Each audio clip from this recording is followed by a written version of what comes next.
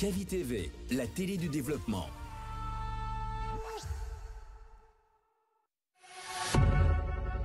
Vous pouvez désormais suivre l'ensemble de nos programmes via notre application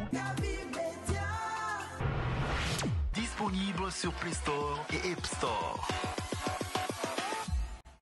L'information est le meilleur carburant pour faire fonctionner les machines pour un développement durable.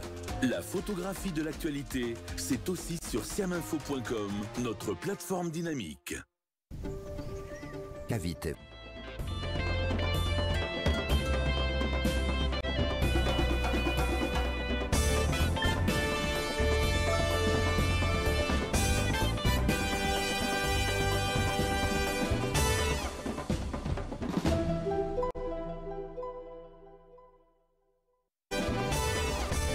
Bonjour à tous, bonjour à toutes, merci de nous retrouver sur Kavi Média, sur le unique média de développement en République de Guinée. Merci d'être né d'autres. Si ce maintenant vous nous rejoignez sur Kavi Média.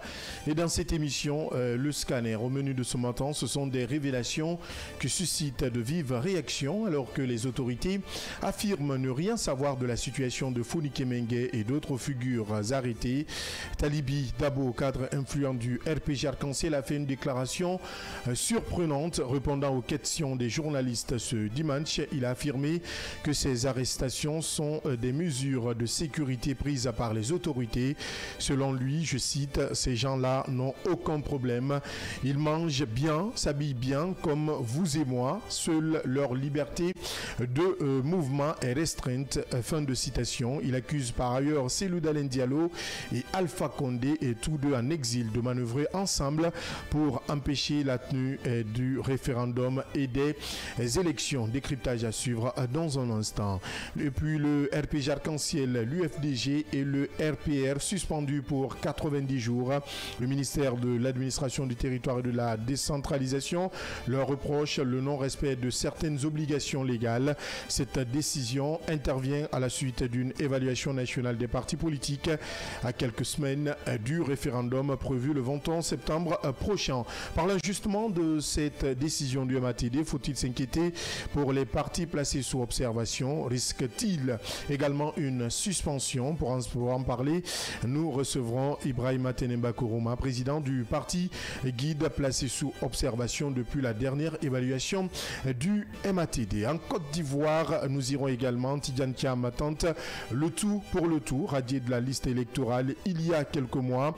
Le président du PDCI a tout de même déposé sa candidature officielle ce samedi, une décision qui marque le début d'un bras de fer politique. Mais le PDCI pourra-t-il faire valider la candidature de son leader? Analyse à suivre également dans cette émission. En République démocratique du Congo, Joseph Kabila fait face à des accusations très lourdes.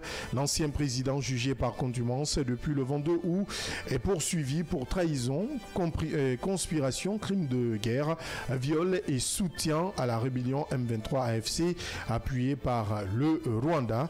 Les procureurs de Kinshasa ont requis la peine de mort en attendant le verdict. Son avenir politique est-il définitivement compromis? Élément de réponse dans la dernière partie de cette émission, le scanner. Voilà entre autres sujets à débattre pour ce lundi.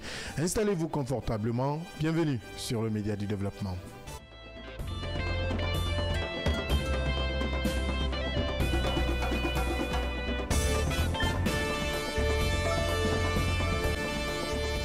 Merci de nous suivre sur l'ensemble de nos plateformes. C'est parti pour plus d'une heure de débat avec les débatteurs ici en studio avec moi. Yamoussa Cheikh Kamara, bonjour. Bonjour Abdallah, bonjour à tous. Bonjour Mohamed Leba. Bonjour Abdallah, bonjour à tous. Bonjour Yaya Diallo. Bonjour Abdallah, bonjour à tous. On commence par ce premier sujet. Je commence par vous, Yamoussa Cheikh Kamara. Talibi Dabo brise le silence et crée la polémique, il faut le rappeler, alors que les autorités, je le rappelais tantôt, disent ne rien savoir de la disparition de Founike Mengue et autres. Et ce cadre du RPG Arc-en-Ciel affirme qu'il ne s'agit pas d'enlèvement, mais de mesures de sécurité nationale. Il va plus loin. Ces gens-là n'ont aucun problème. Je m'arrête là.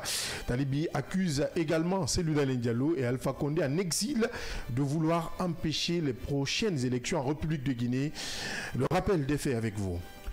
En tout cas, c'est une déclaration qui fait le chaud gras de la presse. depuis, vous l'avez vu, le week-end dernier. Et d'ailleurs, Talibi a entrepris une campagne de sensibilisation autour du projet de nouvelle constitution, mais aussi appelé même certains militants du RPG Arc-en-Ciel à voter oui, d'accord, lors du référendum, du prochain vote référendaire. D'ailleurs, il faut signaler, la campagne commence dès aujourd'hui pour ce vote référendaire, ce dimanche. Ce qui a été ramené au 31. Attention. Au 31, attention, d'accord. D'accord. Alors, parlons de Talibi Dabo, justement. Talibi est connu pour celui qui est tranchant, pour ses révélations croustillantes, il faut le dire. Et donc, concernant Fonike Mengue et Bill Loba, jusqu'ici, on sait que ni leurs proches, ni leurs parents, ni leurs amis, et ni même la justice guinéenne ne sait où ces activistes de la société civile se trouvent. En tout cas, selon le ministère de la Justice guinéenne, ces activistes de la société civile ne se trouvent dans aucune prison officielle du pays. Et jusqu'ici, des enquêtes qui ont été menées n'ont pas porté fruit. Ils sont jusqu'à date portés disparus.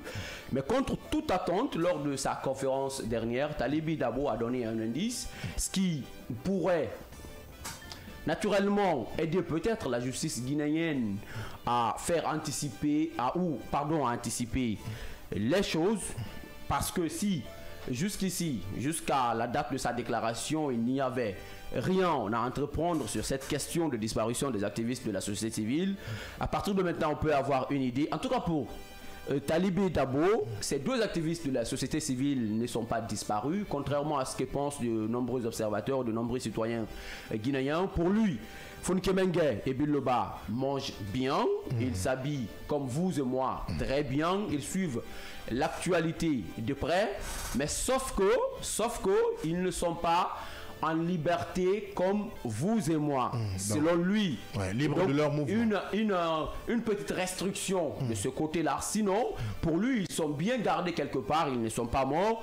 Donc moi, je me dis que quelque part, ça peut être une bonne nouvelle pour les familles de ces activistes, puisqu'il faut dire que ça fait plus d'une année qu'on ne sait pas où se trouve Fonike Mengue et Bill Loba. J'ai commencé par vous le dire, ni leur famille, ni leurs proches, ni leurs avocats ne savent pas où se trouvent-ils. Alors, si cette déclaration s'avère vraie, on peut estimer que ces gens-là sont encore en vie. Mais derrière, l'autre question qu'il faut se poser, Talibi est dans quel secret, il faut le dire, pour faire une telle confirmation, puisqu'il a dit une telle affirmation, il a dit, il a aussi confirmé, parce qu'il a répété, ce sont des répétitions qui sont là.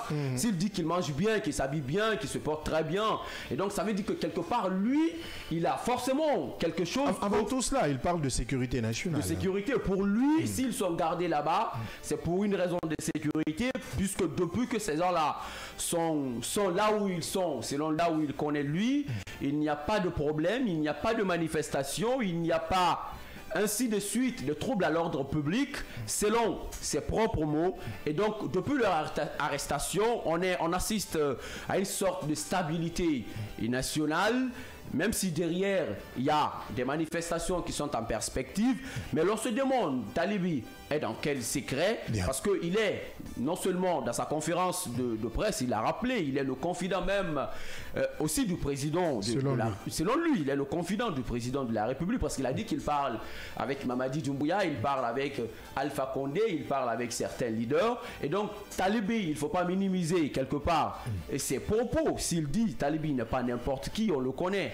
Il était jusqu'ici, vous l'avez rappelé, cadre influent du RPG Arc-en-Ciel, même si derrière une décision de son exclusion du parti a été prise, chose que lui-même rejette en bloc. C'est d'ailleurs dans ce cas de figure qu'il a fait une campagne de sensibilisation aussi auprès des militants du RPG Arc-en-Ciel. Ce sont des déclarations aujourd'hui, Abdallah, qu'on ne doit pas laisser pour compte, puisque s'agissant de Fonike Mengue et de Bill Loba, ce sont des grandes figures de la société civile, et leur disparition jusqu'ici nous pousse à nous interroger, à se poser un certain nombre de questions. Alors aujourd'hui, encore une fois, j'insiste là-dessus, bonne nouvelle pour peut-être les familles de ces activistes de la société civile, mais aussi un indice pour la justice guinéenne qui jusqu'ici ne sait pas sur quel pied il faut danser. On ne savait pas.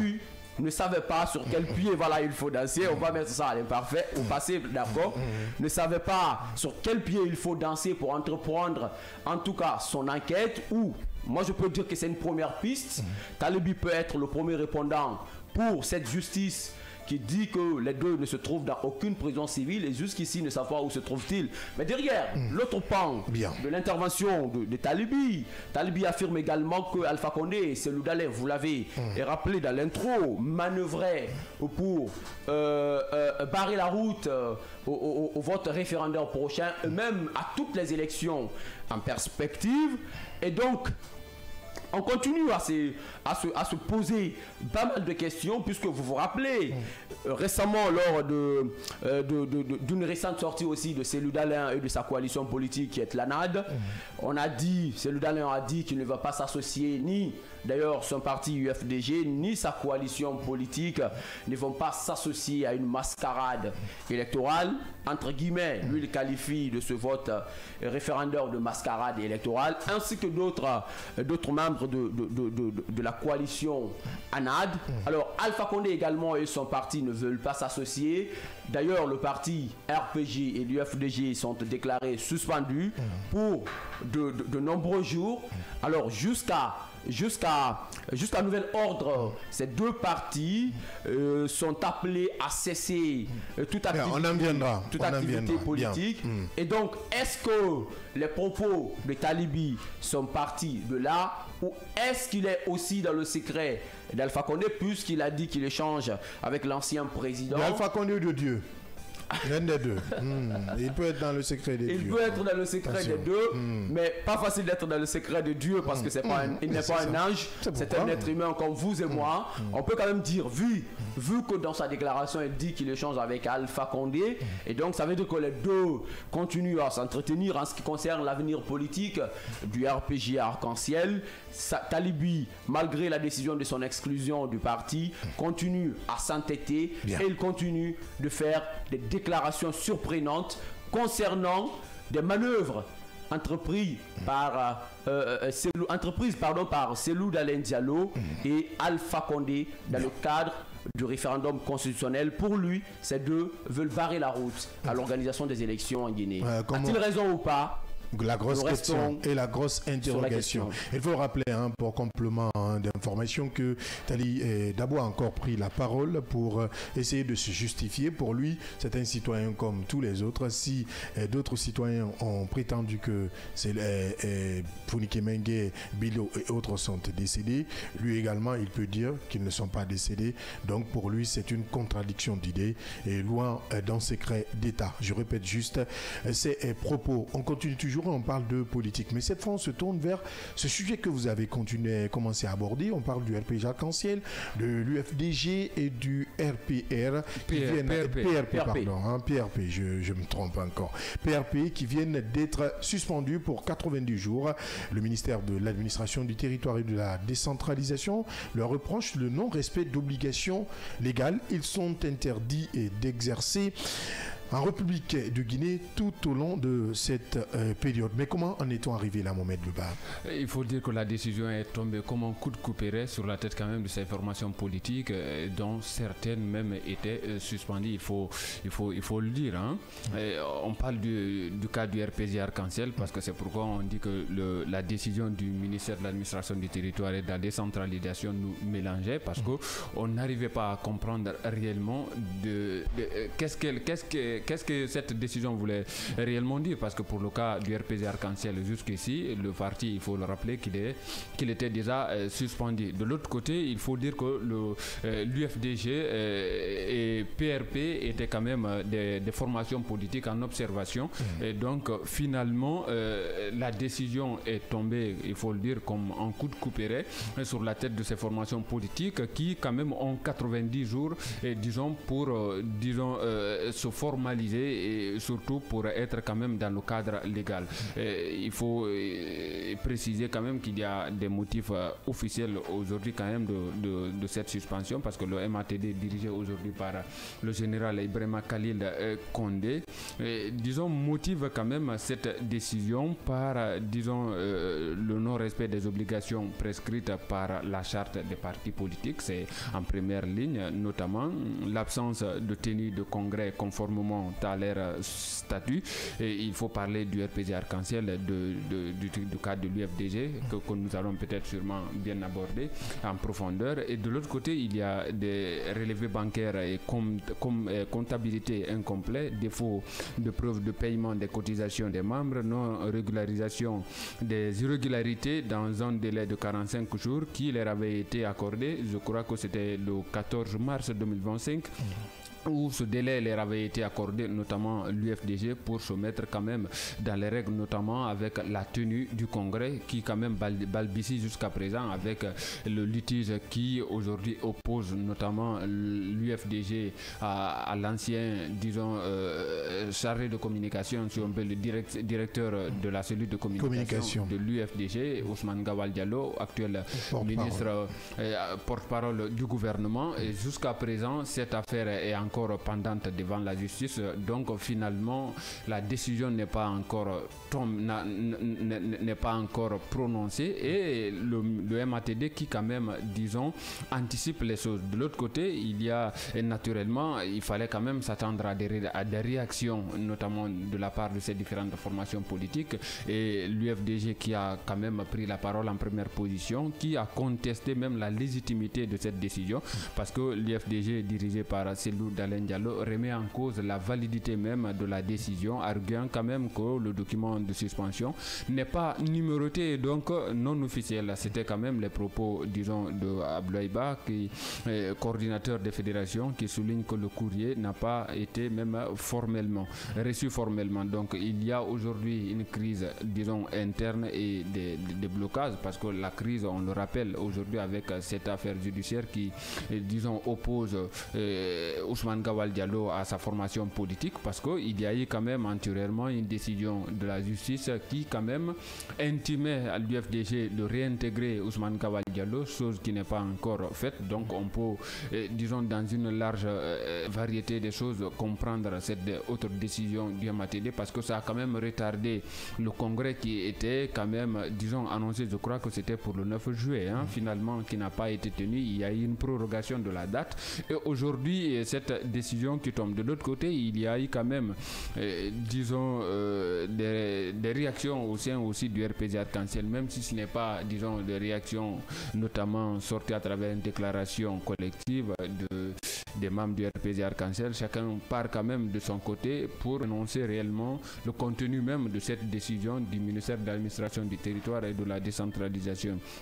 Au sein du RPG Arc-en-Ciel, on parle non seulement de déni et de confusion, et puis on affirme également n'avoir pas reçu de notification formelle et considère la décision comme non officielle. De l'autre côté, il faut dire que c'est la même chose pour le PRP, parti de Rafi Ousso. Vous allez sûrement vous rappeler de lui, leader du PRP, qui déclare avoir été surpris par la sanction et compte quand même solliciter, disons, des explications auprès du MATD. Il ne compte pas baisser les bras. Oui, évidemment, affirmant avoir fourni les documents manquants durant la période, disons, de réserve. De l'autre côté, il y a aujourd'hui quand même, disons même de la part du PRP, quand même, qui envisage non seulement de collaborer avec les autres formations politiques suspendues pour harmoniser les positions afin de faire face à cette situation aujourd'hui concernant le MATD. Mais je crois qu'il faut, c'est très important de rappeler aujourd'hui le contexte dans lequel ces différentes décisions tombent. Il faut le dire que l'UFDG et le RPG Arc-en-Ciel sont quand même des forces majeures de notre pays.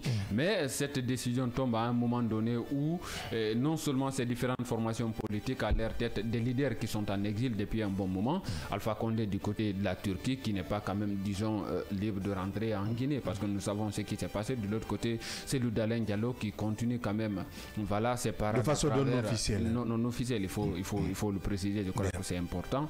C'est Cellou Dalein Diallo tantôt en Côte d'Ivoire, tantôt disons, à Dakar au Sénégal. Donc aujourd'hui, il faut dire que ça tombe dans un contexte où les positions quand même, disons, sont en lambeaux entre notamment ceux qui gouvernent aujourd'hui la zone et puis de l'autre côté, ces différentes formations politiques, pas les moindres, parce que quand même on parle de l'UFDG, on parle du RPG Arc-en-Ciel. Ce qu'il faut dire aujourd'hui, les réactions de l'UFDG et du RPG Arc-en-Ciel à leur suspension mixent quand même contestation formelle, déni ponctuel et adaptation stratégique, notamment pour le RPG, qui pourrait en profiter pour se réorganiser. Mais pour le moment, il faut quand même se dire que pendant ces 90 jours-là, on va essayer de voir ce qui va se passer pour ces deux formations politiques, disons, et quand même, on parle du RPG Arc-en-Ciel et disons, de l'UFDG. Pour le PRP qui se dit, voilà, se rallier de l'autre côté pour voir réellement sur quel pied se tenir pour faire face à cette décision. Pour le moment,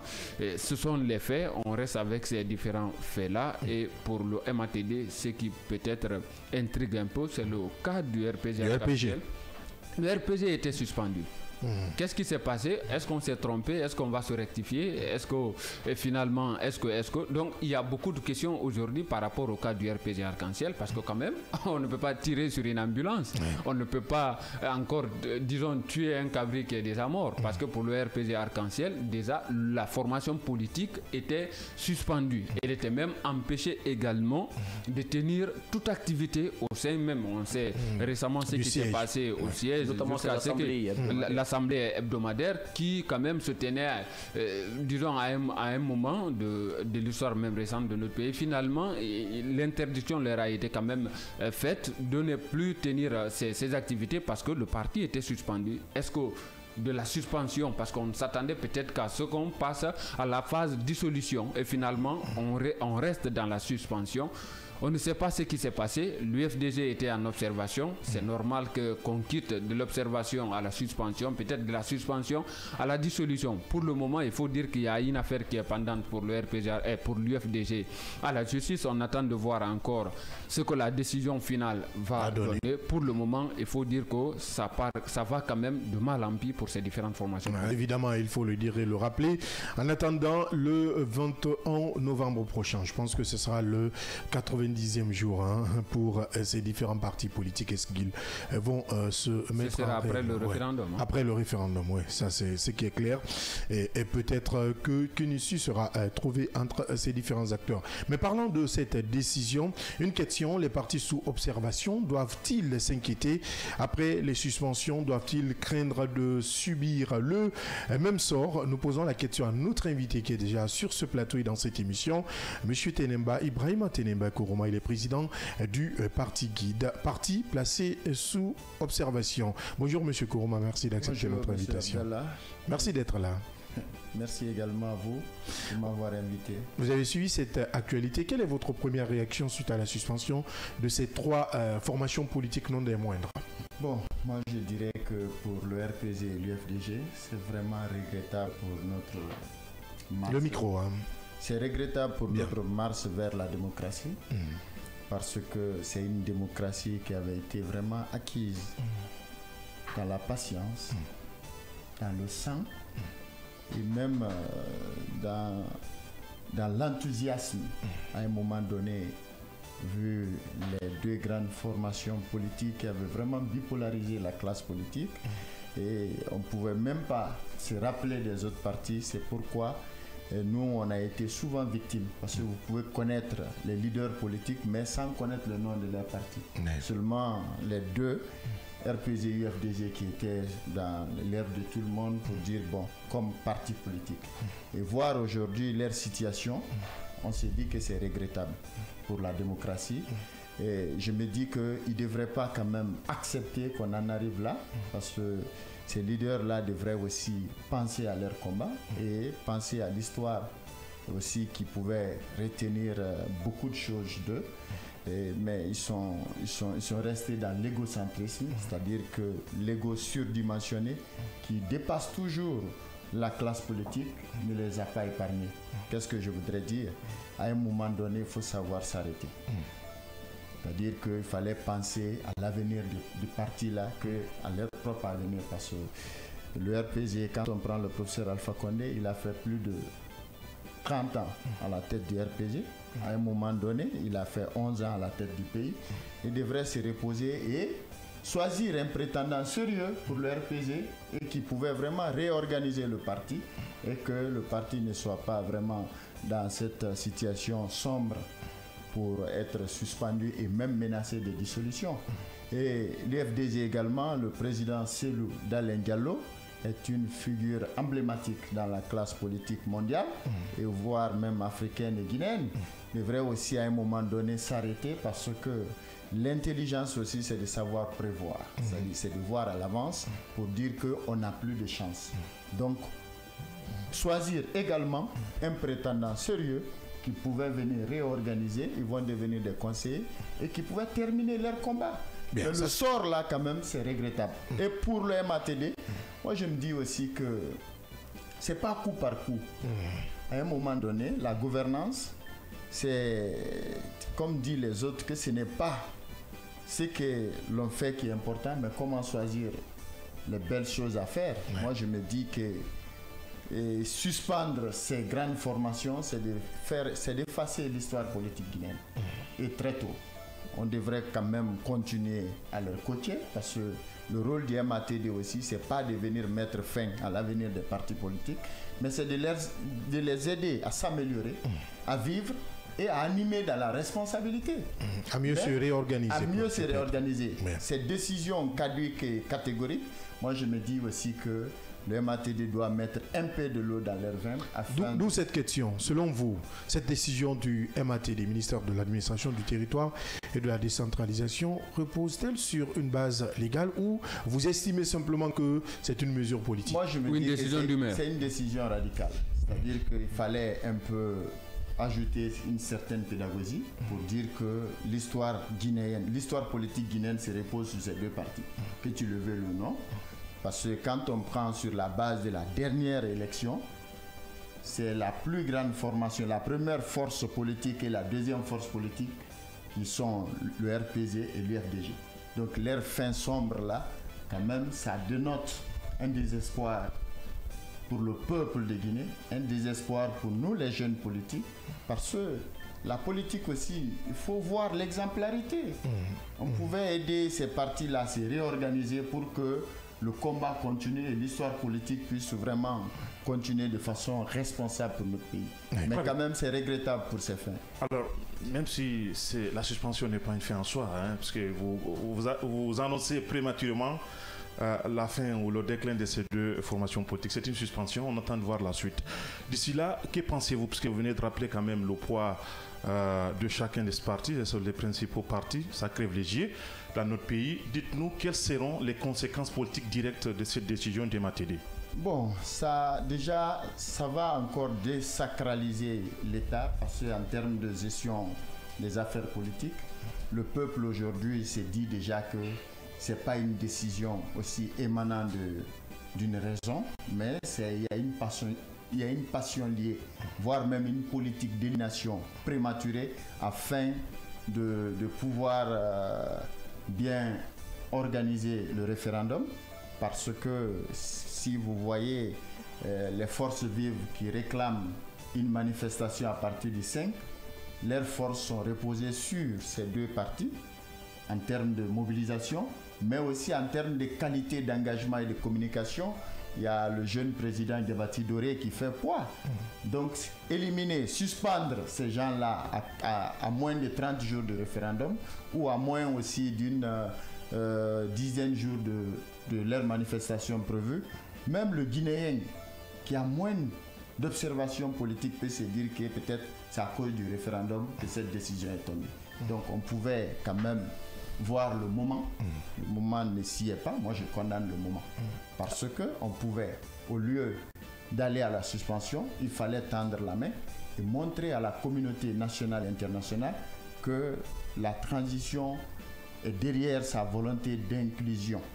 C'est-à-dire qu'il faut permettre à un consensus, parce que le référendum, quand même, ce n'est pas pour un homme. C'est pas pour un groupe d'hommes. C'est pour le peuple. C'est pour le peuple. Et c'est pour la Guinée. Si c'est pour la Guinée, l'objectivité doit plus passer sur la subjectivité. C'est-à-dire qu'il faut voir juste. Alors, moi je rappelle qu'un temps moratoire a été donné à ces partis pour se conformiser. Vous étiez avec nous lors de la présentation peut-être du rapport de l'évaluation des partis politiques. Il y a eu ceux qui ont été immédiatement suspendus, ceux qui ont été mis sous observation et ceux qui ont été même dissous. Mais sauf que ces partis ont été sommés de se conformiser, notamment tenir, en gros, les congrès électifs, ce qui n'a pas été fait jusqu'ici. Mais à vous entendre, M. Téléman, d'une part, vous dites que ces leaders devraient accepter de passer le flambeau, c'est-à-dire au dauphin, mais derrière, la décision ne devrait pas être radicale du côté de Dieu-Matéli. C'est ce que vous avez dit tout à l'heure. Alors moi, je me pose la question, si on est arrivé là, est-ce que c'est la faute aux leaders de ces partis ou c'est purement une décision radicale, illégale, fondée sur aucune décision légale? Bon, vous savez, la politique a ces trois éléments qui donnent la force à un politicien. La volonté, l'intelligence et le charisme. Ils devraient être intelligents pour savoir qu'il y a une chasse sorcière derrière eux. C'est-à-dire aujourd'hui, quand tu parles du RPZ, tu parles du professeur Alpha Condé, ça dérange. Tu parles de l'âge Cellule d'Alain, ça dérange. Et eux aussi, ils ont une histoire collée à leur futur politique. Ils devraient alors comprendre que le chemin est sombre pour eux. C'est-à-dire, afin de s'effacer, on a vu un exemple au Sénégal. Il y avait vraiment une vision sur le président Sonko. Oui. Il a fait la passe et aujourd'hui, son jeune qui l'a préparé est président de la République et lui, il est Premier ministre et le pouvoir les appartient. Sauf qu'on ne parle pas des mêmes réalités là. Non, mais c'est similaire. Les contextes sont différents. Non, je parle de l'intelligence politique. Nous comprenons. C'est que le jeune a été intelligent parce qu'aujourd'hui, il était confronté à une justice qui l'éliminait déjà. Et aujourd'hui, quand on prend l'avenir politique de la Cellule d'Alain, il est confronté aussi à la justice. Et vous savez, quand la justice est derrière toi, ta candidature peut être rejetée. Donc, il faut voir l'âge aussi pour dire que s'ils sont éliminés aux élections futures, c'est fini pour leur avenir politique.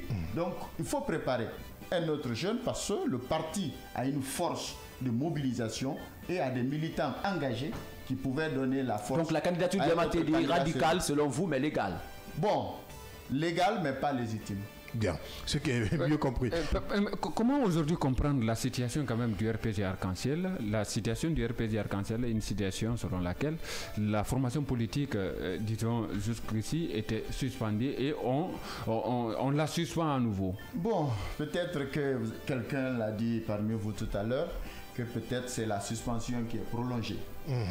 Mais ils n'ont pas eu quand même de termes de communication afin de pouvoir éclaircir sur ce niveau, mais nous, à notre compréhension, on s'est dit que c'est une suspension prolongée.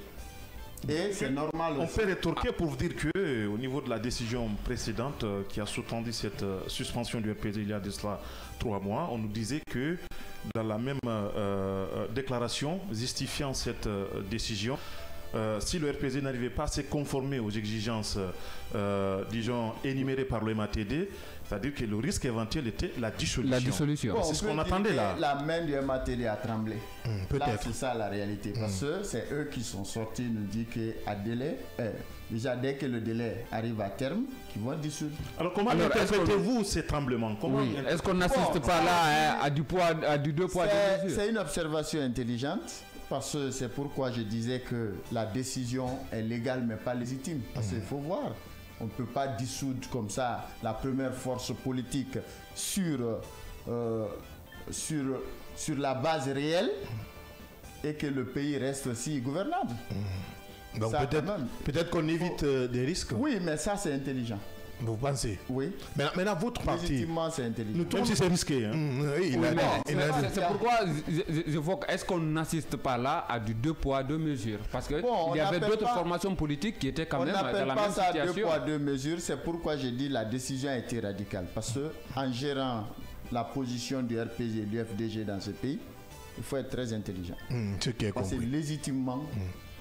c'est des forces Il politiques. faut éviter des rumeurs. On va continuer à s'apaisantir sur cette question, M. Tenemba, puisque le RPG n'était pas le seul parti suspendu lors de la présentation de l'évaluation, et l'UFDG d'ailleurs n'était pas le seul parti mis sous observation. C'était une vingtaine de partis mis sous observation, si vraiment j'ai bonne mémoire, mais sauf que ce sont 3 qui ont été cités lors de la dernière décision du MATD. Votre parti, vous-même, votre parti était sous observation, mais vous n'êtes pas suspendu.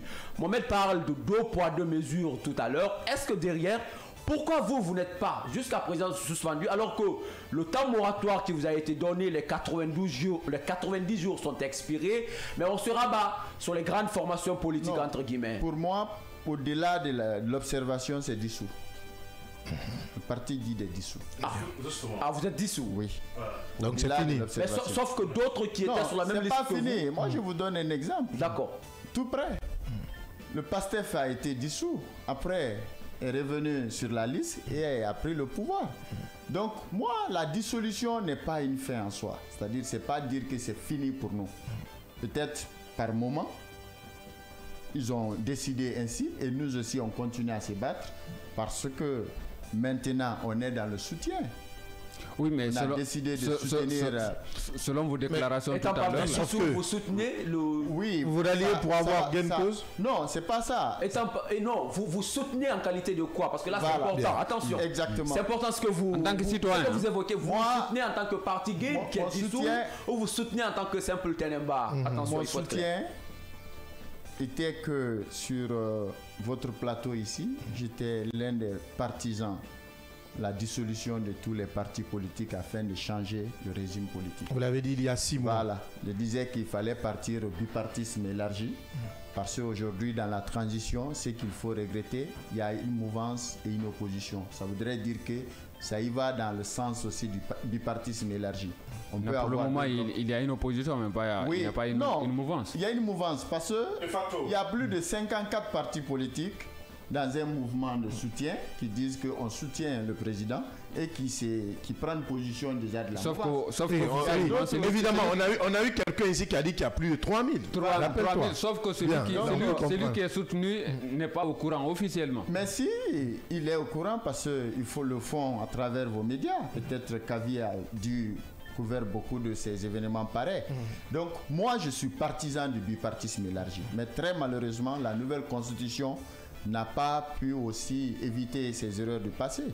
Parce qu'ils sont, oui, ils ont eu l'audace de changer le fonctionnement de l'Assemblée nationale, parce qu'on est parti maintenant d'une assemblée bicamérale.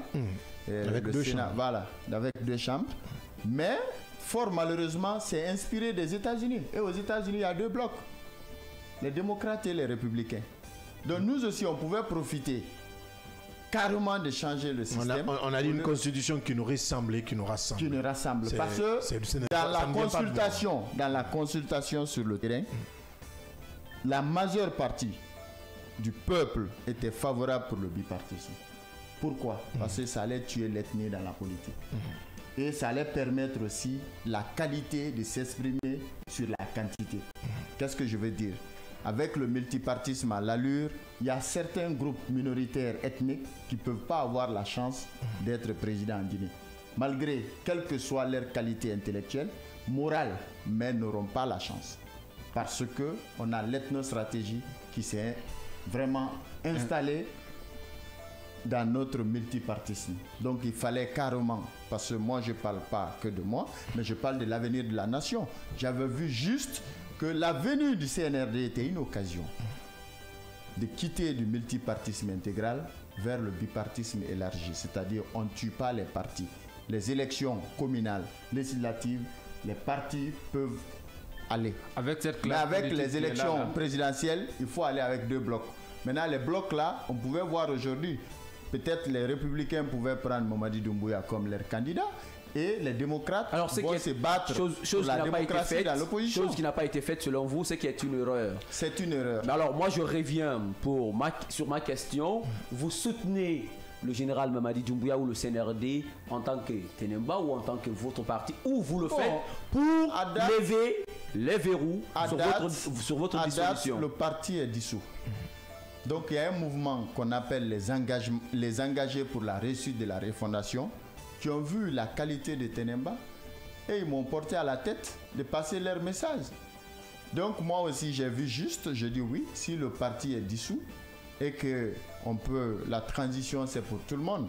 Il y a des jeunes qui sont au pouvoir comme moi, peut-être on peut avoir la même vision, le même langage, la même volonté, les mêmes intelligences et les mêmes compréhensions afin d'aider le pays de se développer. Et c'est pourquoi j'ai ajouté aussi que je ne suis pas un soutien partisan pour chanter tous les jours « Oh Mamadi Doumbouya, oh Mamadi Doumbouya », non. Alors, quelles sont les couleurs de votre soutien? Voilà, c'est ça que j'en viens. Quelles sont les couleurs de votre soutien? Je suis un soutien intelligent qui est prêt à travailler avec la transition, à réfléchir ensemble et à conjuguer les intelligences, les volontés afin de passer cette transition dans l'inclusivité, dans la paix et aussi dans la quiétude. Il y a quelque chose que vous n'avez pas rappelé. Moi, je reviens sur cette question. Le MATD reproche souvent aux partis politiques, je pense, à un manque de conformité, soit administrative ou statutaire. Aujourd'hui, est-ce qu'avec le guide, c'est ce qui a été fait? Est-ce que vous ai dit que conforme? Le guide n'a pas été évalué. Bien. On n'a jamais été évalué. Vous avez eu un résultat sans passer l'examen. Le guide n'a pas bénéficié d'une reconnaissance légale. Donc pour le MATD, le guide n'existait pas. Vous n'avez pas eu Il y avait juste un petit problème. Que l'agrément a été obtenu en 2009. Et Ibrahima Tenemba Kourouma est devenu président du parti guide en 2022. Maintenant, leur question donc, qui ne m'a pas été posée, c'est ici, et la dame a profité pour vous dire que Guide, qui était le président de 2009 jusqu'en 2022, comment le parti fonctionnait. Mais moi, la question ne m'a pas été posée. Le MATD n'a jamais accepté Tenemba afin de me confronter sur ces questions, sinon on allait donner des réponses. Et Guide aussi... Profitez aujourd'hui, donnez des réponses. Oui, autant. Puisqu'il vous écoute. Exactement. Au temps de Mori Kondé, le parti a dû corriger cette erreur-là. Parce qu'on a non seulement refait le statut, aussi on a changé de logo et on a changé aussi de sigle. Parce que le sigle guide qui est sur l'agrément, c'est sans E. C'est GUID, sans E. Mais c'est les mêmes appellations, Guinée unie pour l'intégrité et le développement. Nous, on avait fait une note avec un nouveau statut et une nouvelle équipe adressée au ministre Mori Kondé avec le sigle guide qui ressort E comme guide carrément, et du changement aussi de logo et du congrès qui porte à la tête du parti le président Ibrahima Tenemba Kourouma. On avait fait déjà ça et on avait toutes ces preuves. On attendait que le MATD puisse s'inviter à notre siège afin qu'on réponde à ces questions ou on se soumet à l'évaluation. Soit on a même proposé qu'on pouvait payer leur transport ou carburer leurs véhicules qui viennent à notre siège, soit nous allons transporter nos cadres au MATD pour vraiment être évalués. C'était le seul parti qui a insisté l'évaluation. Malheureusement, vous n'avez pas été évalué, mais quand même, vous avez été recalé. Oui, on a été après, bon, voilà. Vous avez été dissous dans le cadre scolaire, vous avez été recalé. Après cela, est-ce que vous avez eu quand même à entreprendre des démarches pour vous faire entendre vis-à-vis de cette décision? Mon cas, vraiment... Il y avait une terreur derrière, une peur même, s'il faut le dire. Parce que la dame, le jour de la proclamation des résultats, a nommé le nom de Tenemba, Ibrahima Tenemba Kourouma, donc il sera même menacé de poursuites judiciaires. Il dit je vais mettre Tenemba en prison. Pourquoi? C'est comme ça les amis m'ont transporté. Est-ce que vous l'avez officiellement? Officiellement. Est-ce que vous avez le son? Elle dit... Oui, bon, c'est les amis qui m'ont fait. Bon, c'est très important. Non, mais c'est très important de rappeler. Non, mais c'est très important de le dire. Tous ceux qui étaient dans la salle, on dit Tenemba, fais attention parce que la dame vous a nommé expressement. Il dit le cas de Tenemba qui prend aujourd'hui les réseaux sociaux et qui ne cesse d'intervenir s'il ne fait pas attention, on va le mettre en prison. Et on va transférer ses dossiers à la gendarmerie. Et vous disparaissez comme ça, après une telle annonce comme ça. Non, vous ne cherchez pas à savoir pourquoi. Non, mais moi, je suis sorti. Oui. Je suis sorti, je suis venu ici, j'ai eu l'occasion. Donc, Kavi est parti au siège. Et je suis parvenu aussi à vraiment m'opposer à ma dissolution dans beaucoup de médias. Et j'ai voulu aussi un dialogue entre la dame et moi. Elle m'a toujours évité. Jusqu'à la date, elle ne m'a jamais donné l'occasion. Mais vous avez maintenant l'opportunité, puisqu'elle est partie à la DGE. Voilà, donc et vous le nouveau directeur, on va l'approcher. Si peut-être vous estimez que c'était, comme vous l'avez dit, un acharnement. Exactement. Mais la dame, elle n'est plus là-bas. Elle est nommée DGE. Donc aujourd'hui, il y a un autre directeur que vous pourrez quand même aller rencontrer si vous estimez. On donne le temps au nouveau directeur de s'installer. Et après, nous allons continuer sur notre marche. Parce qu'aujourd'hui encore, ce qui nous rend un peu résignés. On voit aussi que dans la nouvelle constitution, on a même été éliminé dans le projet de la nouvelle constitution. La jeunesse a été éliminée. Parce que quand on dit l'âge minimal pour les élections présidentielles, c'est à 40 ans. Donc ça a aussi un peu donné une position. Oui, les jeunes n'ont plus droit au pouvoir. Mais vous avez 40 ans. Alors, Téléma, 35 ans. Revenons sur les propos de la dame. Vous l'avez rapporté ici qu'elle aurait justifié cette décision par le fait que le guide existait depuis 2009. Oui. Mais c'est en 2022 qu'on a constaté au niveau du ministère de l'Administration son existence. Est-ce que vous pouvez nous dire ici comment vous êtes parvenu à être à la tête du guide et qui dirigeait le guide depuis 2009? Vous savez que depuis l'histoire politique de la Guinée, c'est la première fois que les partis politiques sont soumis à une évaluation de ce genre. Ça voudrait dire que tout était permis dans l'obtention de l'agrément. Vous estimez? Et moi, je l'ai dit, ça a été obtenu dans une transition. Parce que 2009, vous vous rappelez que c'était une transition également. Donc, les gens qui avaient la vision politique, ils se sont permis d'avoir beaucoup d'agréments. Parce que c'est en 2009, beaucoup de partis politiques et beaucoup d'ambitieux l'ont fait. Et moi, mon grand-père, il a été parrain du PIP en Haute-Guinée, à Kankan. Il a organisé les élections de 2010 et 2013 à Kankan comme président de la CEPI.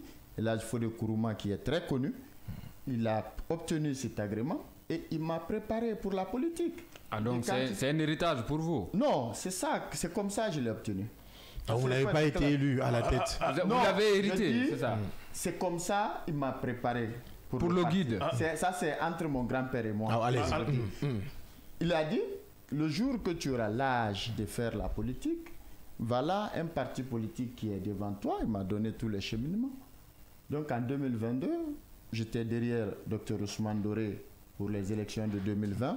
Et j'ai été président. C'est MND, non? MND, oui. Président de la jeunesse et membre du cabinet du Dr Doré. Après ça, j'ai initié le projet de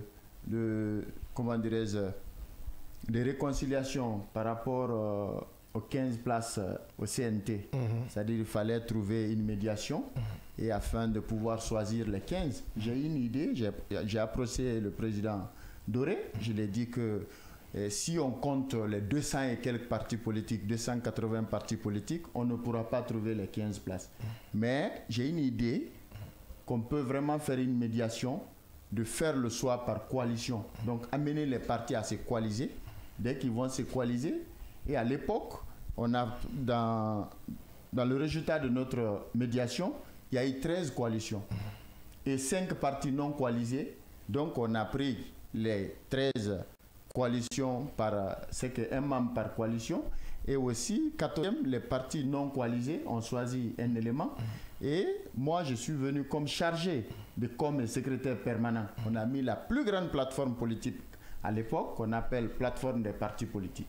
Donc, on a pu choisir les 15 places. Donc, après ça, et moi, j'ai pensé à mon avenir politique parce que, étant jeune, je me suis retrouvé comme chargé de com et secrétaire permanent de la plus grande plateforme politique. Et de l'époque. Voilà, j'ai lancé le parti Guide et j'ai laissé... Vous avez estimé que vous avez toute l'expérience requise pour pouvoir justement se lancer seul. Mais alors, bien sûr, parce que j'ai été secrétaire permanent presque chargé de com de la plupart de la coalition politique en Guinée. Bien. En ce moment, j'étais très très effacé. On entendait Kourouma, mais on ne savait pas c'est qui. Alors, ma question est de savoir, vous-même, vous avez en partie reconnu qu'en 2009, on délivrait les agréments Permel. Et dans ce cadre-là, peut-être que beaucoup ont pu obtenir leur agrément. Est-ce que alors vous admettez que Dame Dienab Touré avait raison de dire qu'il y a eu beaucoup de partis, laissez-moi aller jusqu'au bout, il y a eu beaucoup de partis qui ont des agréments non authentifiés? Bon, c'était des agréments authentifiés. Son problème était que de 2009 à 2022, qui était le président? De 2009 à 2022, qui était le président? Et on vous pose la de question. 2009 à 2022, le CNRD n'existait pas. Non, on vous pose la question. Qui était le président? Moi, non, il ne faut pas faire une comparaison. Le CNRD n'a pas une formation politique. Donc, moi, ce que je vais vous dire, à l'heure de l'évaluation du CNRD, il y avait un président, non, il y vous avait n'avez pas répondu même à nous notre question. Est-ce que c'est votre grand-père? Non, son grand-père ne pouvait pas être président, il le sait, parce que déjà, il travaillait pour la CINI. Mais il faut qu'il nous dise alors. Donc, de 2009 à 2022, vous voulez... Non, au moment qu'il obtenait l'agrément, il avait l'ambition, c'est lui qui était le président. Mais quand la ville de Cancan a eu besoin de lui, donc ça a résigné sa position. Il ne pouvait pas. Le parti n'avait pas de président. Le parti n'avait pas de président. Abandonné. Non, c'était Ibrahim Atenemba Kourouma le président, mais qui n'était pas prêt, qui n'avait pas... Attention. C'est un raccourci. C'est un raccourci. Là, vous donnez raison aujourd'hui à la dame, honnêtement. Il y a eu deux présidents, c'est ce que je vais vous dire. Allez-y. C'est de l'âge Fodé Kourouma à Ibrahim Atenemba Kourouma. L'âge Fodé Kourouma en 2009-2010 ne pouvait pas être président parce qu'il devait servir dans la commission électorale. De lui. Oui, il n'était pas éligible. La CENI a eu besoin de lui, donc il s'est résigné politiquement. Après donc, on devait organiser un congrès, élire quelqu'un. Oui, mais le congrès a été organisé en 2022, avant l'évaluation. Donc on peut estimer que de 2010 à 2021-2022, le parti était abandonné pour quoi? Oui, mais ça on peut justifier, parce que nous, en 2022, on a fait le congrès, on a rectifié le tir là, on a fait un nouveau statut, on a changé le sigle, on a fait aussi changer de logo et on a informé le MATD. Vous avez ces courriers? On a tout envoyé, oui. J'ai tous ces courriers-là qu'on a envoyés au MATD. Sur ce point, il n'a pas totalement tort. Voilà. Mais de quoi avez-vous eu peur? Puisque vous avez dit tout à l'heure que... Non, de fait, simplement que madame vous a... Vous savez, nous, on est rentré dans la politique pour servir d'exemple à la jeunesse guinéenne. Pour se dire que nous aussi, on peut. Parce que il y a beaucoup de jeunes talentueux qui gâtent leur avenir politique derrière des vieux politiques qui ne pensent qu'à eux-mêmes et qui ne pensent pas à l'avenir de la jeunesse. Et comme disent les autres, que c'est vrai, l'avenir, la jeunesse c'est le futur, mais c'est dans le présent on construit le futur. Donc c'est l'exemplarité là, j'ai voulu servir à la jeunesse guinéenne. Donc je me suis battu afin que les jeunes aussi puissent avoir un parti et créer un mouvement à notre tour, amener les autres jeunes aussi. Pourquoi il y avait une terreur selon vos mots après? Bon, la terreur c'était que, étant un jeune qui rêvait vraiment, qui pensait que c'est ça que le pays nous demande, nous jeunes, de s'engager pour notre nation, mais si la récompense est que vous êtes nommé directement d'aller en prison, là, ça fait peur. Est-ce que la dame dont vous nommez, avait travaillé avec votre père? Question directe. Non, n'avait pas travaillé avec notre grand-père. Est-ce que vous estimez qu'elle connaissait votre grand-père? Bon, je n'ai pas cette information. Bien. Certainement, il peut le connaître, mais... Bien. Alors, du guide, vous êtes passé aux jeunes engagés pour la réussite de la transition. Oui, les engagés pour la réussite de la refondation. De la refondation. La refondation, justement. Alors, c'est... disons, c'est juste une transition dans une transition. Non, pour nous, la refondation est une valeur du CNRD. Justement. Une des valeurs. Une des valeurs, justement. Et c'est le slogan aussi. Oui. Le plus partagé, pour ainsi dire. Alors, la question est de savoir, aujourd'hui, vous vous engagez pour accompagner le CNRD. Dites-nous quel est votre interlocuteur direct au sein du... Pose bien la question. Le CNRD ou le président? J'ai l'impression que c'est le CNRD. Bien, il faut bien le poser la question. La refondation, ça fait passer l'une des valeurs du CNRD. Vous accompagnez qui? Et nous avons dit que la refondation, elle est bel et bien possible en Guinée. Non, là n'est pas la question. Non. Là n'est pas la question. On n'a pas de parrain au sein du CNRD, mais quand même... Il y a un qui travaille pour le CNRD qui nous inspire beaucoup. Il nous inspire par... Nommez-le. C'est qui en l'occurrence? Je termine.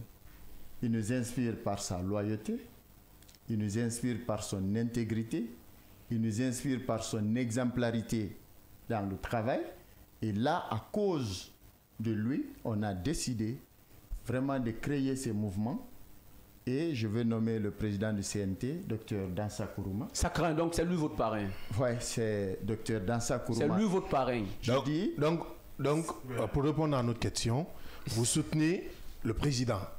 Oui. Ou vous soutenez le processus de la refondation. Non, mais c'est vague. Attention. Tenemba. Le CNRD est à la tête, c'est l'organe central. Il y a aujourd'hui, vous êtes en train de souscrire. Mais le nom même m'indique, on dit les engagés pour la réussite de la refondation. Oui, c'est pourquoi on veut cette précision. Voilà. Cette refondation est dans la transition. Est dans la transition. Vous soutenez la transition. Nous soutenons la transition. Bien. Vous soutenez la transition. Et vous voyez que vous avez rappelé ici, j'ai l'impression que ce soutien est effectué par procuration, puisque vous justifiez ce soutien par le fait qu'il y a un homme que vous avez finalement pu nommer, en l'occurrence Dr Dansa Kourouma, le président du Conseil national de la transition. De par son exemplarité, de son courage et tout ce que vous venez de rappeler ici, vous estimez que puisque Dr Dansa, avec toutes les valeurs que vous venez de rappeler, travaille aux côtés du président Mamadi Doumbouya, il est important de s'aligner. Parce que qu'est-ce que je vais éviter? Justement. Je n'ai aucun contact avec les membres du CNRD. Aucun. Mais donc, néanmoins, avec Dr Dansa. Pour dire que c'est à eux, mais à Dr Dansa, là, deux fois, je passe dans son bureau, on échange. Là, j'ai un contact avec Dr Dansa Kourouma. Ouais, à part lui, je n'ai aucun contact. Aucun membre. On va aller avec la dernière question. Ni avec le président, ni avec les autres membres. Par rapport, pour la plupart aujourd'hui des soutiens du CNRD, notamment même du président de la République, aujourd'hui le général Mamadi Doumbouya, c'est pour sa candidature aux futures élections, notamment la présidentielle, qui pourrait arriver. Est-ce que c'est votre cas aujourd'hui? Vous êtes dans la même situation? Bon, nous, on vous soutenez le président pour une éventuelle candidature? Au-delà de moi, le général Mamadi Doumbouya est une chance et une opportunité pour notre génération. Parce que moi, ma vision était qu'il faut, c'est le tour de la jeunesse.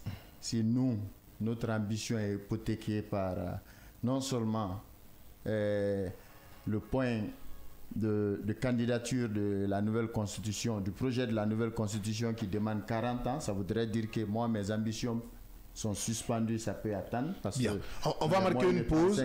On va marquer une pause de temps pour nos obligations commerciales, vous le savez déjà. La radio, c'est l'heure. On va marquer une courte pause et derrière nos obligations commerciales, on vous retrouve certainement pour votre mot de fin. Mais en attendant, on y va avec la pub.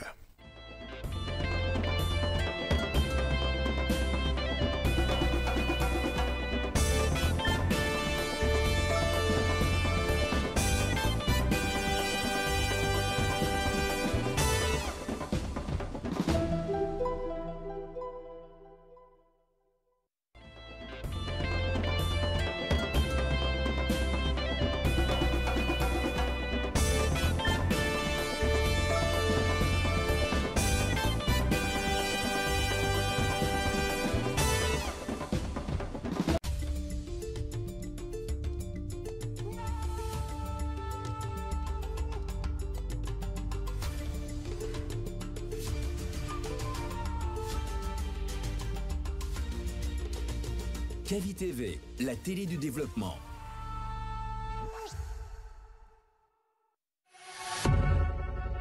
Vous pouvez désormais suivre l'ensemble de nos programmes via notre application disponible sur Play Store et App Store.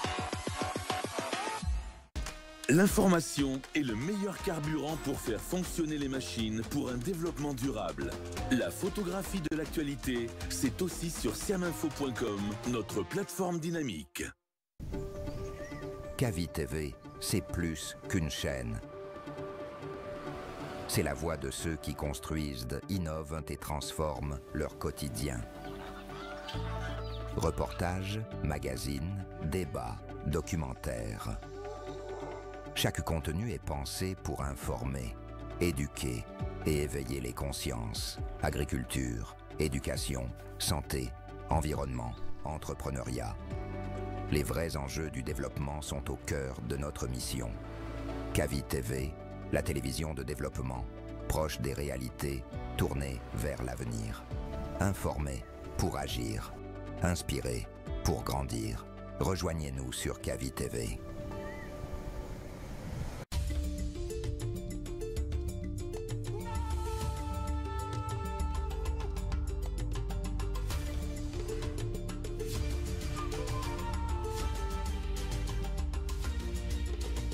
Kavi TV, la télé du développement.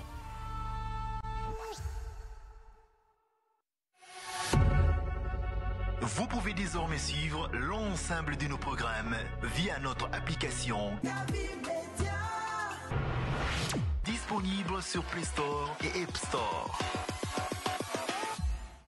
L'information. Chez Mondial Express, nous transformons vos voyages en une expérience inoubliable. Faites confiance à notre expertise pour des services de qualité supérieure. Grâce à notre service d'assistance visa, simplifiez toutes vos démarches administratives à travers nos experts. Avec notre service billetterie, réservez vos billets pour toutes les destinations du monde avec facilité. Profitez de notre flotte de véhicules modernes et fiables pour tous vos déplacements à travers notre service de location de véhicules. Grâce à notre service d'évacuation sanitaire, comptez sur notre service réactif et professionnel pour vos besoins médicaux à l'international. Assurez-vous d'un environnement impeccable avec nos services de nettoyage de qualité. Transportez vos marchandises en toute sérénité grâce à l'expertise de notre service de transit. Développez vos compétences d'agent de voyage avec nos formations spécialisées suivies de stages pratiques au sein de nos équipes. Contactez-nous dès aujourd'hui au plus 224 613 00 39 69 ou au plus 224 613 00 39 70. Nous sommes situés à Mankpa, 4e avenue, immeuble Dabo, commune de Kaloum. Visitez notre site internet au www.mondialexpress.net. Mondial Express, chaque voyage est une histoire. L'information est le meilleur carburant pour faire fonctionner les machines pour un développement durable. La photographie de l'actualité, c'est aussi sur siaminfo.com, notre plateforme dynamique. Kavi TV, c'est plus qu'une chaîne. C'est la voix de ceux qui construisent, innovent et transforment leur quotidien. Reportages, magazines, débats, documentaires. Chaque contenu est pensé pour informer, éduquer et éveiller les consciences. Agriculture, éducation, santé, environnement, entrepreneuriat. Les vrais enjeux du développement sont au cœur de notre mission. Kavi TV, la télévision de développement, proche des réalités, tournée vers l'avenir. Informe.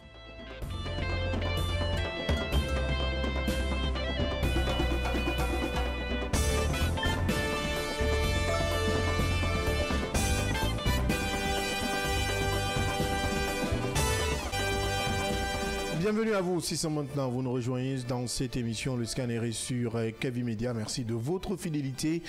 Encore quelques minutes à passer ensemble dans cette émission, le scanner. On est toujours avec notre invité de parcours, M. Ibrahima Tenemba Kourouma, aujourd'hui engagé pour la réussite de la refondation Mohamed Leba pour la question. Oui, ma question, je crois que déjà elle est posée. Il était sur la voie de la répondre. Voilà, je me disais que le général Mamadi Doumbouya est une opportunité et une chance pour notre génération.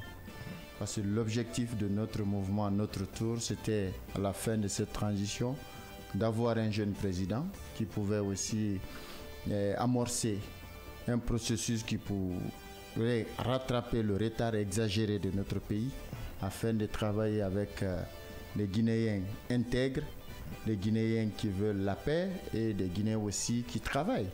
Donc je crois qu'il a amorcé ça et parmi tous ces jeunes de notre génération, on lui voit que c'est lui qui est plus proche et qui a plus de chances. Donc on a décidé, le jour qu'il va proclamer sa candidature, nous allons l'accompagner sans réserve. Alors, la question elle est précise. Est-ce que vous êtes pour la candidature? Est-ce que vous êtes pour la candidature de Doumbouya? Est-ce que vous êtes de ceux qui pensent que c'est lui qu'il faut pour la Guinée, c'est lui qui doit continuer. C'est ça que je viens de dire. Bien. Je dis qu'il a une chance et une opportunité pour notre... Mamadi Doumbouya, voilà avec la dernière question. On a deux sujets à brosser. Mamadi Doumbouya est une chance selon vous, mais c'est sous le règne de Mamadi Doumbouya que le parti Guide a été dissous. On ne peut pas quand même continuer à tendre la main à celui qui nous a mordu. Pourquoi continuez-vous à espérer ainsi alors que votre parti n'existe même plus? C'est pour vous dire que le jeune Ibrahima Tenemba Kourouma est un jeune décomplexé et qui n'a aucune haine dans la marche de notre République. Le parti est créé pour contribuer au développement de notre pays. Si aujourd'hui les gouvernants actuels pensent que on ne mérite pas d'exister, ben nous, on va s'en remettre à cette volonté. Oui, bon, pas aussi faire la démagogie ou bien soutenir, ça ne me ressemble pas. Parce que beaucoup de mes amis m'appellent, Monsieur Kourouma, aujourd'hui vous avez toutes les attitudes et aptitudes pour être peut-être ministre, directeur, mais si vous n'êtes pas nommé, est-ce que ce n'est pas dû parce que vous avez à un moment donné demandé la main de la fille du président qu'il n'a pas aimé, c'est pourquoi il vous écarte? J'ai dit non. Le pouvoir de décret, c'est un choix pour le président. Il sait qui nommer à quel poste et pour quel résultat. Bien. Et moi, je ne suis pas commandeur de décrets ni de postes, mais ce que je sais faire et que je peux faire, j'ai un devoir envers ma nation, c'est de servir loyalement. On va aller. À travers on va pas polémiquer, on va pas ma petite connaissance, mon petit engagement. Et tout dernièrement, vous avez vu, j'ai été encouragé par l'État Floride, dont le maire et une sénatrice américaine nous ont observé à distance et m'a décerné le prix du meilleur jeune engagé en Afrique, en politique. Là, j'étais très réagardi. À un moment donné aussi, mon dernier passage ici, il y a un ami qui m'a envoyé un passage, il m'a dit, ben nous sommes en Occident, mais il y a ton débat. Ce que vous avez fait avec Kaby, c'est vraiment analysé. Donc moi, c'est ça que je sais faire et que je peux faire. Le jour que les gouvernants auront besoin de moi, je suis aussi un intellectuel, je peux discuter. Ce qui est déjà si ça va de soi avec ma valeur et mon intégrité, je peux prendre. Mais si ça ne colle pas ou avec ma valeur et mon intégrité, je relâche. Bien, ce qui est déjà compris. En tout cas, merci, Monsieur Kourouma, d'être passé dans cette émission. Merci pour ces éclaircissements. On va vous maintenir encore pour quelques minutes avant de terminer cette émission. On se tourne vers la Côte d'Ivoire. Tidjane Thiam défie les règles, radié de la liste électorale ou exclu de la liste électorale. Le président du PDCI a quand même déposé sa candidature. Jusqu'où ira-t-il et le pari est-il tenable? Nous décryptons avec vous, Yaya Diallo. Ah oui, c'est la question qu'il faut se poser, puisque c'est un nouveau rebondissement dans ces dossiers politico-judiciaires. Ce qui concerne Tidjane Thiam, il faut rappeler qu'en avril 2025, il avait perdu sa nationalité par le fait qu'il aurait une double nationalité, donc française et ivoirienne. Et bien, finalement, on regarde la loi ivoirienne. Il n'était pas admis qu'un citoyen ivoirien puisse avoir deux nationalités et prétendre justement gouverner la Côte d'Ivoire. Donc il fallait perdre une, mais finalement les autorités ivoiriennes ont décidé de le déchoir de sa nationalité ivoirienne, une chose qu'il a contestée. Et finalement nous avons vu les arguments politiques qui ont été mis en avant pour pouvoir crier à l'exclusion. Alors la question que nous avons posée ici à tous nos invités était de savoir à quel moment cette loi a été votée. Est-ce une loi taillée sur mesure et qui consistait à écarter un candidat qui semblait être gênant pour le pouvoir d'Abidjan, ou c'était déjà, disons, une loi qui existait il y a de cela longtemps? Et la réponse est que ce code de citoyenneté existait depuis 1962 en Côte d'Ivoire, donc sous Houphouët-Boigny. Donc on ne peut pas par là dire qu'il s'agit là, disons, d'une élimination politico-juridique. Alors, il y a eu, disons, cette contestation à un certain niveau auprès d'un certain nombre d'institutions, notamment au niveau de la CENI, où Tidiane a vu, disons, a assisté à sa radiation sur la liste électorale, mais aussi, disons, perdre ses droits civiques et politiques en Côte d'Ivoire, donc ni électeur, ni éligible. Finalement, il y a eu quelques remous, quelques atermoiements au niveau du PDCI, avec la crise interne que nous avons pu constater avec cette dame Yapi, qui avait contesté en premier lieu, disons, la légitimité de Tidiane Thiam et la légalité qui va avec. Mais finalement, nous avons assisté, disons, à cette fin, disons, au niveau de cette crise-là. Eh bien, on nous apprend que finalement, il a obtenu le 21 août dernier son certificat de nationalité. La question qu'il faut se poser, est-ce que l'obtention de ces certificats de nationalité est synonyme d'éligibilité de Tidiane Thiam? La question reste posée parce qu'il y a un long processus qui reste encore, disons, dans ce cadre-là. Premièrement, d'abord, c'est une délégation conduite par son chef de cabinet qui a dit déposer sans candidature. Ça, c'était hier dimanche au niveau de la commission électorale indépendante, CEI. Et bien, finalement, on verra bien dans les jours à venir comment tout cela va être examiné au niveau du Conseil constitutionnel, seule instance habilitée à juger sur la recevabilité ou non d'une candidature d'un quelconque citoyen ivoirien. Alors, c'est assez demandé, puisque Tidiane Thiam a été radié de la liste électorale disons en 2025. En avril précisément. Justement. Est-ce qu'il est possible maintenant, à quelques 2 mois de l'échéance électorale ivoirienne, d'être réintégré sur le fichier électoral? Oui, puisque la liste définitive a été publiée, hein, si je ne me trompe. C'est ce qu'on nous apprend. Oui. Ça a été finalement, il n'y retrouvait pas son nom, et lui, et Laurent Gbagbo, et Guillaume Soro, y compris Charles Blé Goudé aussi. Oui. Donc, ça ne se retrouvait pas. Est-ce qu'il y aura une possibilité pour Tidiane Thiam d'intégrer de nouveau, disons, le fichier électoral et finalement jouir de tous ses droits civiques et politiques? La question reste posée, et comment le Conseil constitutionnel ivoirien va pouvoir se prononcer, ne serait-ce que, disons, au niveau de la forme, cette requête-là, et enfin, s'est prononcé, disons, sur la recevabilité ou non de cette candidature-là. La question reste posée, mais toujours est-il qu'on considère au niveau du PDCI, puisque Tidiane Thiam a reçu son certificat de nationalité, et donc tout cela est synonyme, disons, de facto de sa réintégration sur le fichier électoral, éventuellement sa participation à la prochaine élection présidentielle.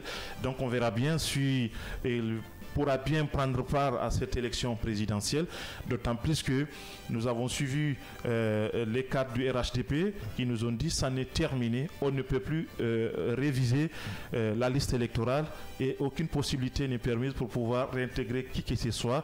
Donc le processus est clos.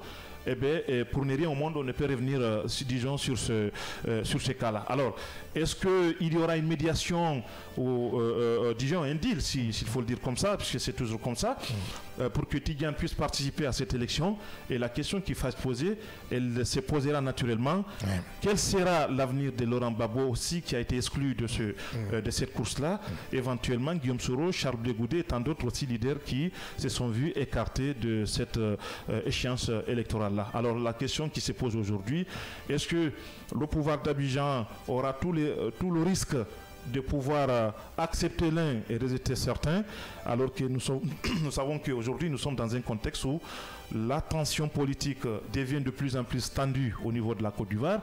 Si certains se plaignaient par le fait de leur exclusion, aujourd'hui, on n'est plus à ce niveau-là. Les gens se prononcent par-ci par-là comme étant candidats.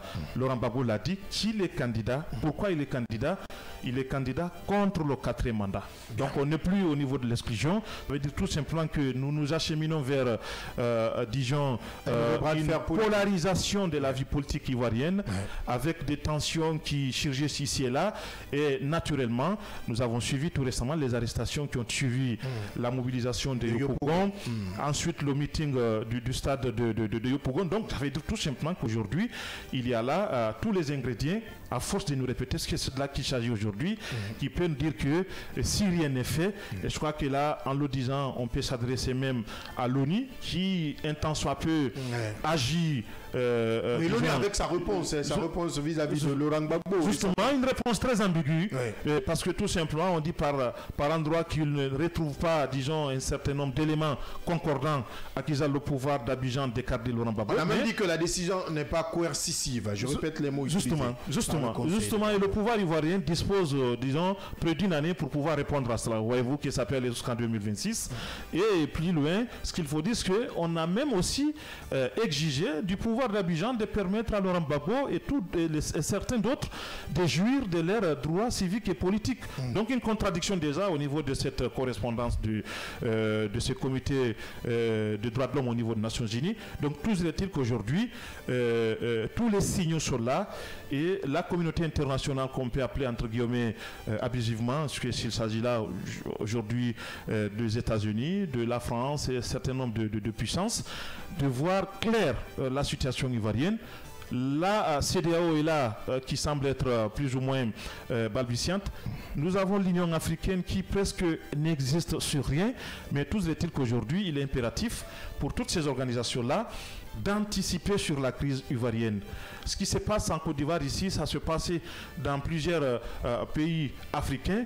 On attend jusqu'à ce qu'on arrive à l'irréparable. Et bien finalement, les uns et les autres s'offusquent sur le fait qu'il y a eu effectivement mort d'homme, il y a eu ceci, il y a cela, alors qu'on pouvait éviter ce qui est en train de se passer en Côte d'Ivoire. Bien. Je pense que c'est nécessaire qu'on puisse bouger à tous les niveaux pour qu'on puisse prévenir ce qui pourrait probablement arriver en Côte d'Ivoire. Quelle réponse peut-être donner à cette, on va dire, ce seul plan, le plan Tidjane Thiam? On l'a rappelé dans plusieurs de nos numéros, dans plusieurs de nos émissions ici, les numéros qui se sont suivis. On nous a dit, on l'a répété, on l'a redit. Pourquoi le PDCI tient-il à ce que ce soit Tidjane Thiam, pas d'option B? Contrairement aux autres partis, avec le PPACI, vous l'avez déjà rappelé, Laurent Gbagbo, qui aujourd'hui comprend que s'il est exclu de la liste électorale, son principal challenger, qui est le président Ouattara, ne doit pas aussi être candidat. Lui, aujourd'hui, il a changé peut-être de fusil d'épaule, mais Tidjane Thiam qui reste dans la course, et il dit que rien n'est terminé, selon sa dernière déclaration. Justement, il n'y a pas d'autres options au niveau du PDCI. C'est Tidjane Thiam ou rien.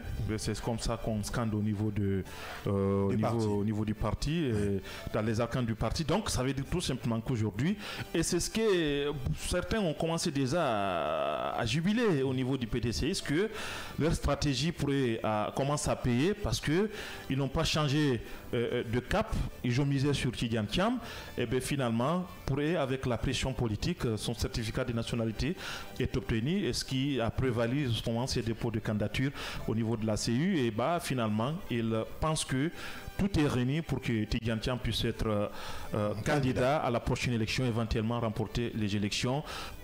Rêve-t-il debout ou une réalité ou une fiction politique? Attendons de voir ce qui va se passer en Côte d'Ivoire. Oui, ainsi, il faut le dire, et nous allons suivre de très près l'évolution de l'actualité politique du côté de la Côte d'Ivoire. Nous nous tournons cette fois vers la RDC. Tendons-nous vers la chute définitive de Joseph Kabila. Une autre crise de ce côté, l'ex-président de la RDC est visé par des accusations très graves, il faut le rappeler: trahison, crime de guerre, viol, conspiration et soutien à une rébellion. La justice congolaise a requis la peine de mort. En attendant le verdict, Yamoussa Cheikh Camara, le retour en politique de Kabila pourra-t-il devenir impossible ou pourrait-il devenir impossible? En tout cas, c'est compliqué pour Joseph Kabila en ces moments même, étant donné que l'homme est accusé de faire partie même de la branche politique du M23. Et on sait que le M23 règne sur le Nord Kivu et même le Sud Kivu, notamment Goma et Bukavu depuis un certain nombre de temps. Et ces régions-là sont déchirées par vraiment un conflit qui ne dit pas son nom. Joseph Kabila qui est apparu en mai en mai dernier du côté de Goma et qui a décidé de même rencontrer quelques acteurs politiques, selon lui, pour un retour à la paix, aujourd'hui a du mal à se positionner, en tout cas face à la justice de son pays. Vous avez vu ce qui a été requis comme peine par le ministère public congolais qui décide désormais de proposer une peine de mort contre l'ancien président congolais, et parce qu'il est accusé de crimes de guerre, complicité, trahison, et puis organisation de mouvements insurrectionnels entre autres. Et donc aujourd'hui, parlant de l'avenir politique de Joseph Kabila, on peut dire sans risque de se tromper, en tout cas qu'il ne file pas de bon coton avec le pouvoir congolais. Alors aujourd'hui, il ne peut que se présenter sur le terrain politique du côté peut-être de Goma, et quand il s'agit de l'autre côté, il ne peut pas franchir la ligne. Alors est-ce qu'il peut mener sa politique depuis Goma pour reprendre le pouvoir? C'est la question. On peut se poser cette question, mais pour le moment, Joseph Kabila risque de lourd. Risque lourd, il faut le dire. Aujourd'hui, Mohamed, on a quand même vu ce feuilleton politico-judiciaire entre Kabila et les autorités de la RDC. Difficile aujourd'hui de trancher, mais ce qui reste clair, Kabila est dans de sales draps. Ah oui, il faut le dire. C'est ce qu'on voit de loin, mais peut-être quand même de près, il faut le dire que c'est le contraire. C'est la politique, ça reste la politique, et aujourd'hui tous les coups sont permis pour le pouvoir de Tshisekedi quand même d'anéantir politiquement Kabila, quand même, qui fut à un moment donné, il faut le dire, disons même lui-même, il se le dit à chaque fois, son parrain ou celui qui a quand même tout fait pour qu'il soit, disons, président. Ces challengers le disent à chaque sortie, à chaque occasion. On a eu l'autre ici dans cette émission qui disait la même chose. Il faut dire que c'est un cocktail aujourd'hui quand même de chef d'accusation pour l'ancien président Joseph Kabila, parce qu'on parle d'homicide, disons, on parle de torture, on parle de viol, on parle de déportation liée à son soutien présumé aux rebelles du M23, soutenu également aussi présumé par le Rwanda. De l'autre côté, on parle également, disons, de complot visant à renverser même le gouvernement du président Félix Tshisekedi et pour occupation forcée de la ville de Goma. Donc il y a un véritable souci aujourd'hui, disons, pour Joseph Kabila. Il faut le rappeler, depuis 2023, Joseph Kabila est en exil, principalement en Afrique du Sud, et en mai dernier, on l'a vu s'afficher du côté de Goma, et c'était quand même la goutte d'eau qui a fait déborder le vase, et finalement que ça, sémé, le trouble, si on peut le dire comme ça, au sein quand même du gouvernement Tshisekedi. Et aujourd'hui, c'est l'homme qu'il faut, disons, écarter vaille que vaille, même s'il n'est pas au pays, parce que vous voyez le procès qui se tient même sans la personne mise en cause, ou aujourd'hui l'accusé principal, Joseph Kabila, avec ce cocktail de chef d'accusation. Il faut le dire que c'est une carte politique aujourd'hui que le gouvernement Tshisekedi est en train de jouer, parce que les menaces quand même pesaient sur le pouvoir de Tshisekedi. Tshisekedi aujourd'hui qui ne fume pas le même calumet quand même, disons, de la paix, avec les opposants même qui sont là-bas, et avec lui dont la plupart même aujourd'hui sont en exil. Il faut dire que c'est un véritable souci à se faire. Donc les poids lourds, il faut les éliminer, mais comment le faire? Il faut trouver notamment des affaires judiciaires, il faut réveiller notamment les vieux dossiers pour les coller à la peau. Et aujourd'hui, malheureusement, c'est ce qui se passe, parce que si vous regardez même le déroulé de ce procès-là, et vous faites un rétropédalage sur le procès du ministre de la Justice, l'ancien ministre de la Justice, Moutamba, vous allez comprendre qu'il y a vraiment, disons, beaucoup de choses à refaire politiquement. Et voilà, pour le moment, il faut dire que c'est le pouvoir de Tshisekedi qui quand même dicte sa loi judiciairement. Kabila hors du pays, mais qui fait peur rien à Diallo. Oui, c'est légitime de la part du pouvoir de Kinshasa, parce que quand on sait que les conditions dans lesquelles cette alternance a eu lieu en République démocratique du Congo, il faut le rappeler, c'est une première. Même si il y a eu, disons, des interprétations liées à cette forme d'alternance, puisqu'on parle d'un deal, on parle d'un deal politique qui s'est passé entre le camp de Kabila et celui de Tshisekedi, qu'on considérait comme étant le moins mauvais de tous les autres candidats qui étaient plus ou moins radicaux vis-à-vis du régime de Kinshasa. Il faut le rappeler, c'était Moïse Katumbi, c'était Martin Fayoulou, y compris Vital Kamerhe qui est l'actuel président de l'Assemblée nationale. C'était les principaux qui a accepté justement de se taire. Oui, finalement. Vous savez, après les poursuites judiciaires, finalement il a disons purgé quelques peines. Finalement un arrangement politique est intervenu. Il revient encore et il occupe le perchoir au niveau de la République démocratique du Congo. Entre-temps, il y a eu ces conflits, s'il faut dire, ces conflits politiques entre Joseph Kabila et Tshisekedi. Et ça, ce sont, disons, les réalités de l'exercice du pouvoir. Vous pouvez vous arranger pour avoir votre fils au pouvoir. Une fois qu'il est au pouvoir, vous ne l'aurez plus dans sa forme originelle. Ça veut dire que c'est un autre homme carrément moulé à l'exercice du pouvoir que vous pouvez retrouver. Joseph Kabila pensait qu'en ayant un jeune comme Félix Tshisekedi, fils de l'ancien président Étienne Tshisekedi, quand même, qui a été quand même un opposant sur tous les fronts des régimes Kabila, parce que c'est excepté de l'IDPS d'Étienne Tshisekedi, Kabila aurait pu rester jusqu'à maintenant président de la RDC. Président à vie, peut-être. À vie, justement, c'est sa capacité de mobilisation, la pression politique qui a permis à Kabila, au-delà du glissement de 2 ans, d'organiser les élections en 2018. Et bien finalement, c'est Félix, fils, qui devient président de la RDC.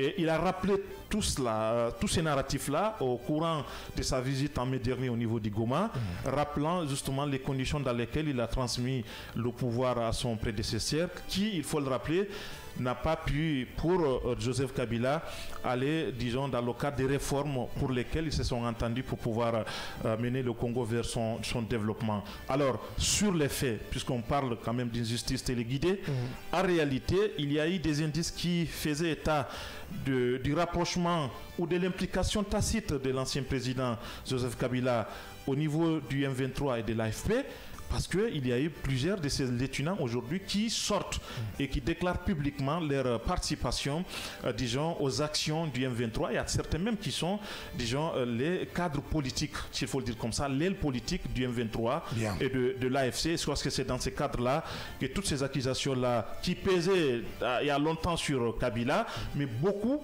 de Congolais, y compris la majorité partie des Congolais, n'étaient pas disons, conscient ou n'admettait pas cette thèse selon laquelle Joseph Kabila, ancien président de la RDC, pourrait être de mèche avec le M23, donc soutenu par le Rwanda, et enfin se retourner contre la République démocratique du Congo. Tous ces chefs d'accusation dont on est en train de citer ici, je pense que les preuves existent aujourd'hui.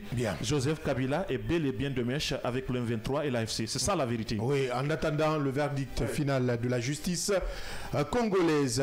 Merci Yamoussa Cheikh Kamara. Merci Abdallah, merci à tous. Merci Diallo. Merci Abdallah, merci à tous. Merci Mohamed Leba. Merci Abdallah, merci à tous. Merci à notre invité, M. Kourma, une fois encore. Merci. Merci à vous, auditeurs et téléspectateurs, aux équipes techniques, à la réalisation. Merci de nous avoir suivis. On se reprend donc demain, même heure, même fréquence, avec la même énergie pour d'autres sujets d'actualité sur le seul et l'unique média de développement en République de Guinée.